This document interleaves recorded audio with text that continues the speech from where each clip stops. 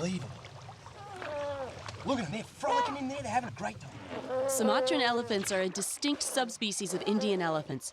They can't interbreed with the world's other elephants, so if we let them disappear from this one island, they'll be gone forever. They're just playing like a couple of kids. And they try and have a couple of baths a day. Or more. Sometimes when it's stinking hot, they'll spend hours in the water. Looks like they're going to have a graze on the side there. Eat a few of those reeds. Anything that's green is fair game. It looks like a typical elephant family. The head of an Asian elephant household is a dominant female who supervises every part of her family's life. Aren't they just gorgeous? Absolutely beautiful. Notice how they are pooing and urinating in the water. Now, elephants are very sensitive to their own manure, in that when they do a dollar, they won't stand in it, no matter what happens. And it's very significant where they place their dung. Of course, it's very important for territory, and other elephants can come along and smell that dung and tell exactly what's going on with, say, a herd that's out there. All the fully grown elephants in this family are female. I'm happy. I'm really happy. A typical family group is between 4 and 10. This one just looks a little bit bigger. Quite tranquil, isn't it? Most of the wildlife on the river is quite tolerant of me. These macaques know I'm here, and yet they're not too worried. However, some of the reptile species are very scared with my presence, like this Salvador's monitor, the Asian water monitor. He's quick to get out of my way, and so are the crocodile. They have to be, because poachers, illegal hunters, will kill them for their skin. We've moved into Waikambas National Park, home to around 1/3 of all the Sumatran elephants left on Earth.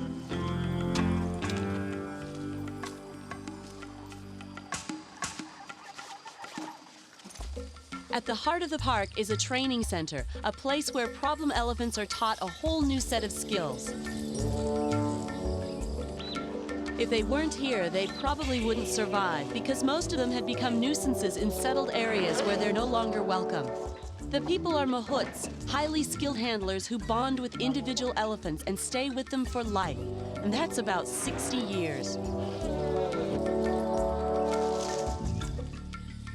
Look at them, aren't they just magnificent? Here's a banana, mate. Little banana here. So you can see those fingers, that finger on the bottom there. They actually call them fingers. Up here, buddy. See that finger work there? Okay? There's a lot of difference with these elephants to the African. Running out of bananas. These actually have just that single finger. The African elephant has one above and below. They've got two. Their trunk is such a highly developed, modified organ, and it's one of the most incredible things in our natural world. They've got a highly sensitive sense of smell. Watch this. He can delicately grab that banana and place it back inside his mouth. They could pick up something as small as a coin on the ground. They can smell for kilometres around where there's good tucker, where there's other elephants, and then have a look at his tusks. Now, with the Indonesian elephant or the Sumatran elephant, only the males have tusks, and not all of them have these structures. And these are like a modified incisor that grows throughout their life, and they come out through their jaw. And they're used, of course, in combat. You know, it's a male thing, to have a good set of tusks and get to mate with the girls. And they've caused elephants across the world great problems, because here is ivory. And, of course, ivory poachers, you know the rest of the story. They've got a pretty good sense of sight, but what they have got a good sense of is hearing. You can see his ears, and he's constantly flapping them, and that's a cooling system. It's like a capillary action. He's got blood flowing through his ears, and they're very thin. So as he flaps them, it cools the whole animal down, because the blood's flowing through his ears, and that cooled off blood goes and flows through his body. Here's a little banana. He uses his big pink tongue to push it back. His teeth are actually on the back there, so there's no chance of him biting it. Look at these legs. Look at these giant-sized legs. They are huge. You know, I'm going to learn a few rules today, and the first one that I picked up was always go to the right-hand side of the elephant, not the left, like you do with a horse. Of course, everyone knows with horses, you go to the left-hand side. It's the right-hand side. That is etiquette, and I'll learn as I go. The other thing is, watch out for the feet, watch out for the legs, because they can whack, side kick. Imagine getting side kicked by that. Look at this. Imagine getting crushed under there. The elephant is that intelligent that if he gets mud between his toes, you know how gooey mud is between your toes and it's quite uncomfortable? They'll get a stick or something and they'll actually work it out with their trunk from between their toes. How's that? I mean, when you look at these animals, you're looking at a really intelligent, feeling, emotional animal. Just like me, just like us. Exactly the same.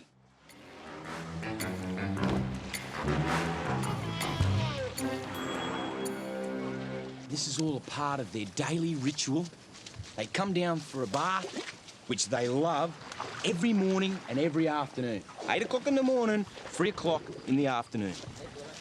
Elephants often end up at Waikambas when their home jungle's been cleared for agriculture. They're creatures of habit, and if a farming village happens to be built on one of their migration paths, they're just as likely to bulldoze the houses and eat the crops. Rather than leave the elephants to a battle they're going to lose, they're relocated here and retrained to work with humans rather than against them. I love these big mammals so much I don't know whether to laugh or to cry, constantly communicating with their trunks.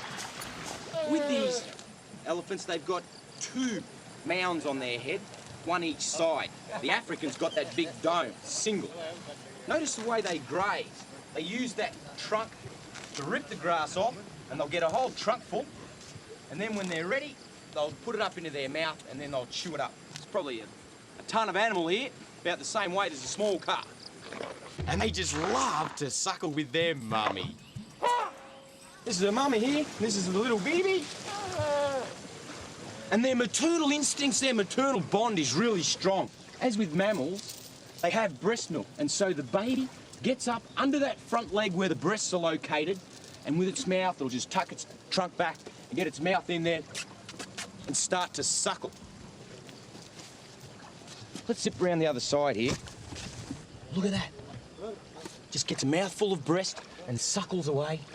You can see the breast here, a little bit distended. It's full of milk. The babies will actually nurse 3 years or more. You go, wow, unreal.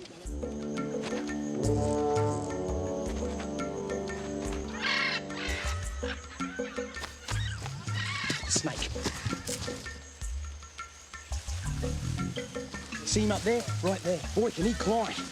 And it's hard to tell whether it's venomous or non-venomous. Probably going up the tree, scared of the elephant, scared to get trampled. Whoa, and he's grumpy. Really grumpy. I'm gonna have to take him down, branch and all. And he's striking at me. Crikey, he's angry. Wow. Have a look at this. He's a bit grumpy. Have a look at this. This is a mangrove snake. He's venomous. And as you can see, he bites. And he bites hard. Like to eat birds and frogs. Have a look at that head. Big head, big solid jaw structure, and he'd pack quite a wallop. Look at those colours. Gorgeous coloration.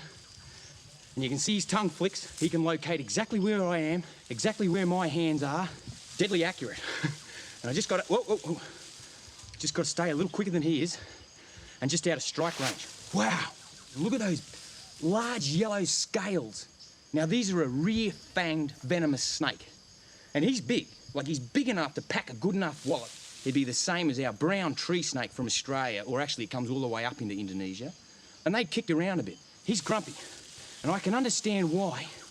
I've taken him out of his tree, had to bring the branch with me, because he was going to tag me one way or the other. Mind you, I wouldn't want to take a belt off him. It'd hurt, and I'm not sure how the venom would affect you. Crikey, that was close. I felt the wind of his mouth snapping together right at my lips. He's a little grumpy. So, let's put him back into the tree where he can go about hunting.